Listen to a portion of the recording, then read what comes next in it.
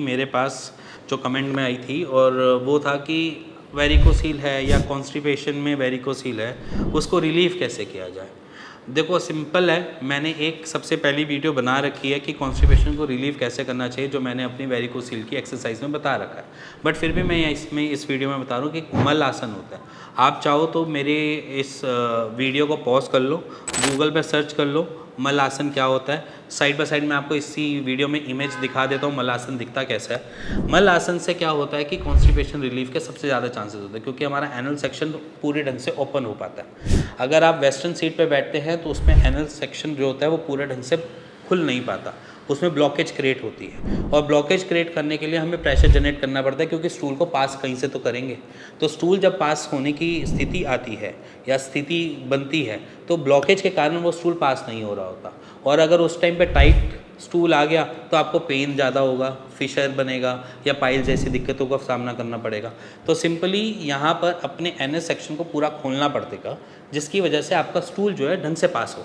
इसीलिए मल आसन सबसे बेस्ट होता है। इसीलिए इंडियंस जो टॉयलेट पहले बनते थे वो भी मल आसन की पोजीशन में बनते थे, जिससे एनएस सेक्शन पूरा क्लियर हो जाए, पूरा ओपन हो जाए, उसका द्वार पूरा खुल जाए, जिसकी वजह से स्टूल पास हो जाए। तो सबसे बड़ा आसन है और कोई दिक्कत नहीं होती इस आसन को। आप चाहे वेस्टर्न पे बैठते हो बट पहले आप ये वाला आसन कर लोगे तब भी आपको कॉन्स्टिपेशन से रिलीफ मिल जाएगा। इसी के साथ साथ अगर आपको तब भी रिलीफ नहीं मिलता तो बहुत सारी मार्केट में चीज़ें हैं, जैसे कि इसबगोल है।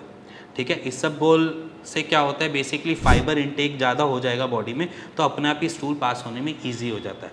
अब उसमें भी दो कैटेगरी होती है कि अगर आप इसबगोल को दूध के साथ लोगे तो मोशन आती है, अगर आप इसबगोल को पानी के साथ ले रहे हो तो कॉन्स्टिपेशन जैसी स्थिति क्रिएट कर देता है। तो जो इसबगोल पानी के साथ ले रहे हैं, शिकंजी के साथ ले रहे हैं, तो आप उसको अभी ना लीजिए, उसको दूध के अंदर डाल के लीजिए, जिससे आपको कॉन्स्टिपेशन में रिलीफ मिल जाए। इसी के साथ साथ और भी बहुत सारी चीज़ें हैं, सना जैसी हर्ब्स हैं, जिसको आयुर्वेद में सनाई भी बोल देते हैं और जो यूनानी है उस पर सना भी बोला जाता है।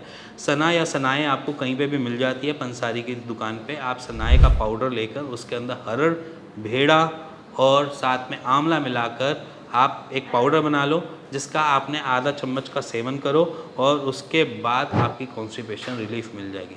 अगर उसके बाद भी कॉन्स्टिपेशन रिलीफ नहीं मिलती है तो आपको में भी कोई और दिक्कत हो रही होगी। तो सिंपली उसके लिए जांच करवाओ पहले, फिर उसके बाद एक बारी मेरे को कॉल कर सकते हो। इसी के साथ अगर आपको मेरी भी ज़रूरत नहीं है, अपने आसपास के किसी भी जो फिजिशियन हो उनसे एक बारी इस बारे में बात कर सकते हो। इसी के साथ कॉन्स्टिपेशन रिलीव करना इजी पार्ट है, ठीक है। इसी के साथ अगर आप कभी ऐसे कोई पाउडर या कोई भी चूरन वगैरह कुछ ऐसी चीज़ें ले रहे हो कॉन्स्टिपेशन को रिलीव करने के लिए और आप कहते हो कि मैं उससे छोड़ पाऊँ, तो वो एक टास्क हो जाता है, क्योंकि जितने भी लैक्सेटिव परवेटिव होते हैं हमारी बॉडी को उसकी आदत पड़ जाती है टाइम टू टाइम। जैसे ही हमारी एज आगे बढ़ती है, हम बूढ़े होते जाते हैं, हमारे ऑर्गन भी बूढ़े होते जाते हैं, और जब ऑर्गन बूढ़े होते हैं तो वो कुछ ना कुछ ऐसी दिक्कतों को सामने लेकर आ जाते हैं, जिसकी वजह से हमें दिक्कत ऐसी फेस करनी पड़ सकती है। अगर आप कुछ भी समझना चाहते हैं वेरिकोसील के बारे में या कुछ भी जानना चाहते हैं तो आप नीचे दिए हुए नंबर पे मेरे को कॉल कर सकते हैं, मेरी टीम से बात कर सकते हैं, उसका एक राइट सॉल्यूशन ले सकते हैं। इसी के साथ मिलेंगे नेक्स्ट वीडियो में, तब तक नमस्कार।